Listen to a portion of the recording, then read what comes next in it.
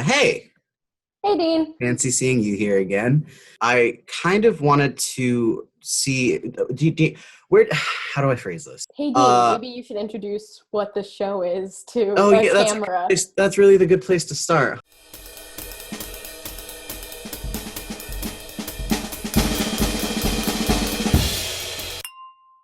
Hi, my name is Dean, and this is Pint-Size Prohibitions, brought to you by the Detroit Historical Society. It's a show where we talk about different aspects in different things, people, components, Concepts. ideas and concepts that were once illegal in the city of Detroit and otherwise. So, Kayla, what's the word temperance mean? Okay, it means like doing things in moderation, but if I think you're asking me about alcohol, which in this case, it's gonna mean like, no, we don't do anything. We're not touching the stuff. It's nothing. We're doing nothing. We're doing nothing. We're not even thinking about it. Under no circumstances will we be thinking about alcohol right now. Yeah, that's pretty much it. So it's kind of the idea that alcohol is the main source and root of all of the social ills, poverty, destitution, all of the terrible things that are happening in society is because of alcohol and because people are drinking. Specifically, when we're talking about the era of Prohibition being from, the early 1900s into the 1920s that we know it to be, right? By that time, it's been a movement for at least a century, since the early 1800s. The first mentions of temperance come actually in the late 1700s, specifically in Detroit, because it was a huge fur trade hub. Right. You had fur traders in the city and in the region selling alcohol to Native Americans in order for them to get a better deal on beaver fur. So so it's like, hey, let's get this vulnerable community wasted so that they sell us their furs for way cheaper to nothing. It reminds me a lot of the Opium Wars. Where Britain was sending opium to China so that they could have better trade deals, and it became a huge deal. And, just goes to show nothing new under the sun, really. Yeah, it's funny how power often operates the same way, regardless of where it's coming from. You know what I mean? At first, it was protested against by Jesuit priests who had come to educate and convert in Detroit. Right. So you have that reality, right, of alcohol being used as a way to trick Native Americans, essentially, is what was happening there. And so you get the connection between, Jesuits and Christianity, right, being the driving force behind not drinking, right? And throughout the history of temperance, you'll notice too that there's always going to be an underlying Christian theology behind the idea of temperance. It gets to be a little bit complex later on as well, because you think about the number of rituals that take place with alcohol in certain religions, right, in certain sects of Christianity, notably Catholicism, and especially in the 1800s, Catholicism being associated mostly with immigrants, so it becomes weirdly xenophobic as well. It's just a huge giant knot of ideologies that kind of work within temperance, But specifically in the late 1800s, early 1900s, when Prohibition comes up again in like grand American thought as a potential piece of legislation, it's due to a wildly increased alcohol consumption. And I was trying to look into, why alcohol consumption was super big in the early 1900s. And there's a big reason, which would be World War I. Mostly. So you think about, 1914 to 1918, right? Yeah.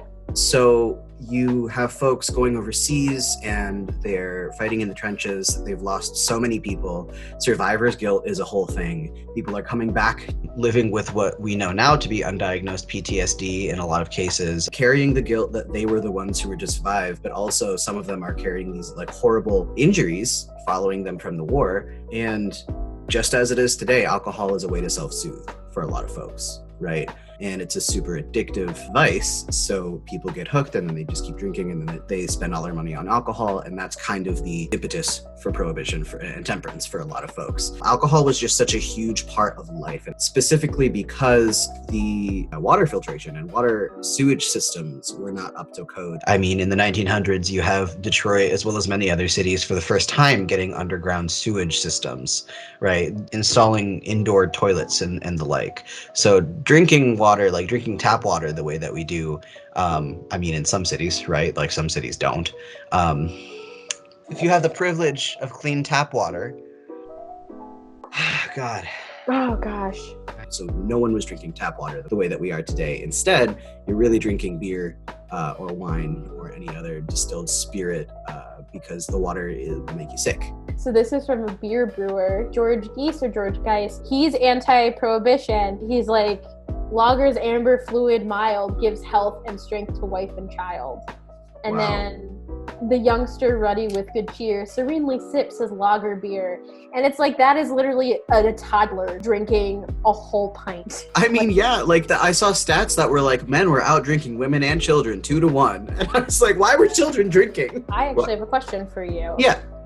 So, we do have a drinking culture now. So how was the drinking culture different besides just the ubiquitousness? Like, I get that, like, because, you don't want to get cholera. You're gonna probably drink a lot more beer and wine, but like, how else was it different than it is today? So I think that it was a class distinction, right? So right around like post-Civil War, as we have a rising middle class, the middle class chooses to distinguish itself from the lower classes by abstaining from alcohol. Okay, so Dean, how did this become a women's issue? And so the first wave of the American Temperance Movement, which comes about, I believe, in 1826, comes right around the same time as the Second Great Awakening, which is also very important to the Temperance Movement because, as we know, the Second Great Awakening, right? I love everything Second Great Awakening. Kayla, do you want to give the folks a very brief introduction to what the Second Great Awakening was? Yes. It is this period in the about 1815 to about 1840, in which there was all these spiritual revivals in the United States. So if you've heard of like charismatic theology, that's where that comes from. If you've heard of Mormons, that's where that came from. If you've heard of Shakers, that's where that came from. Also the roots of Manifest Destiny and like reform movements. The Second Great Awakening helped bring in abolitionist movement to the United States. It's one of my favorite time periods in history, Dean. So coming out of the Second Great Awakening with the wave of temperance can be clearly defined in two aspects, right? You have pre-Civil War and you have post-Civil War. Pre-Civil War is going to be really associated with the male leadership of temperance. So these are your rich, white, landowning men. So a lot of the folks in leadership were also religious leaders or religious folks. And so the idea is like, if you drink, that means that you're probably worried about your finances. And middle-class people and elite people don't worry about their finances, so they don't drink. In general, in the Second Great Awakening, you have the idea of the private and the public spheres of influence, right? So you've got your private sphere, which is going to be seen as the bastion of femininity. This is where if you're a woman, you're building a homestead, you're taking care of the children, you're teaching the children. And because they're staying in the home, they're seen as more pure, essentially, than men are. So women are then held to be the moral standard. There are things that men can do that women can't because those things are seen as dirty or physical or whatever it is that will make the woman then less pious, less angelic, less pure. So drinking became one of those things. Are you familiar with, what's it called? Democratic motherhood, I think. It's this like concept that comes about the same time where like in order to be a good patriot, a woman had to stay home, she had to take care of the house. I like that all of these things kind of intersect where it's like, it's religion, it's patriotism, it's just morality in general. Kind of all intersect in this way that like gender roles are expressed. It's all wrapped up into that idea of 1800s femininity, right? What it means to be a woman. So you are a woman, maybe you're 19, 20 years old. You have 2 kids. You're living with your husband who's a laborer, and maybe you are a little bit more down on your luck. Maybe you're having a harder time. Maybe the money's not coming in. And you notice that lately your husband has been spending more and more time at the local bar, hanging out with his buddies, and you are at home taking care of your kids. Your husband comes home late and he is trashed. He is drunk off his rocker. He's really, really drunk. And maybe on the regular, your husband is like a normal, fine guy, but when he's drunk, maybe he gets violent, right? And that was the reality of the situation, is that women at home were facing abuses that were unheard of, right? They don't have any sort of standing to ask for help. There are no policies or procedures in place to really aid women who are in trouble at this point. That was the biggest issue, right? It was a fight against alcohol, was a fight against domestic violence in the home. And if you're a man, you inhabit the public sphere. So you're going to be going out, you're going to be getting a job, you're going to be interacting with the world and making decisions in the ways that women cannot at this time. That was just the way the world worked. You'll see different pushes slowly but surely moving towards the late 1800s, early 1900s of women beginning to carve out spaces for themselves. We see this with the push for suffrage, essentially fighting for equity among the sexes at this point. Women as the moral authority, right? Because they are untainted and untouched by the outside world. They are seen as more pure, so they're held to a higher moral standard. If you look at it through that lens, it makes sense that temperance would then become a women's issue. I mean, yeah, and if you don't have like any sort of power or buying potential, or just like, what are your options if you try to leave? So yeah, I can imagine this becomes a women's issue pretty quickly, because I'm like, I gotta protect myself, I gotta protect my kids. And if my options are live with this man who's a belligerent drunk, or alternatively try to find a job, and it might be in a factory, it might be on the street, it might be just going to live and starve to death. Yeah, I'm taking the option where I gotta fight to get rid of alcohol. So in the 1870s, like, right, we're talking post-Civil War, the Women's Christian Temperance Movement is founded, and that's really when the system starts getting a little bit more organized as far as their activism. So they're doing things like letter writing, they're advocating for themselves. If you're a well-connected woman, if your husband is a senator or a congressman, maybe your husband is like big in business, that's your in. You talk to other women of a similar social standing, you get enough folks interested, and then eventually your voice starts being more heard. And so here is a group of women who are wives and mothers and have used the means that they had. They would start by teaching their children not to drink alcohol. They wouldn't drink alcohol themselves. They would have members of their family sign teetotaling agreements, and they would sign teetotaling, which meant abstaining from alcohol wholesale. Like, we'll not drink at all. So having the men in their lives sign these things and make those promises and make those vows to abstain from alcohol use in general. We see the Women's Christian Temperance Movement moving forward with its agenda, really trying to advocate for temperance, specifically to protect women and children. And the work, there's no doubt that the Women's Christian Temperance Movement was one of the larger forces behind the passing and ratifying of the 18th Amendment in 1919. There was a book that was released in 1882 called The Personal History of the Women's Christian Temperance Movement. It was written by Annie Wittenmeyer, who was the president of the Women's Christian Temperance Union at the time. And the book itself felt like a hellfire sermon.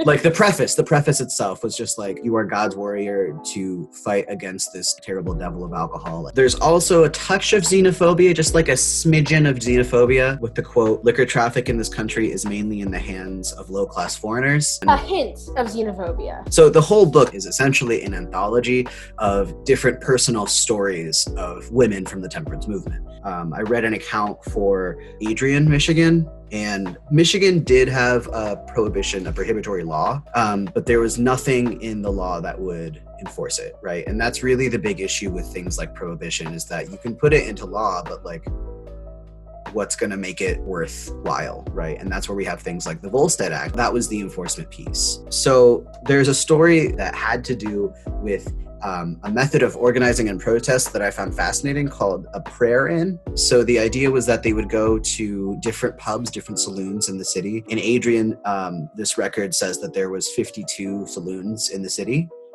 which felt like a lot.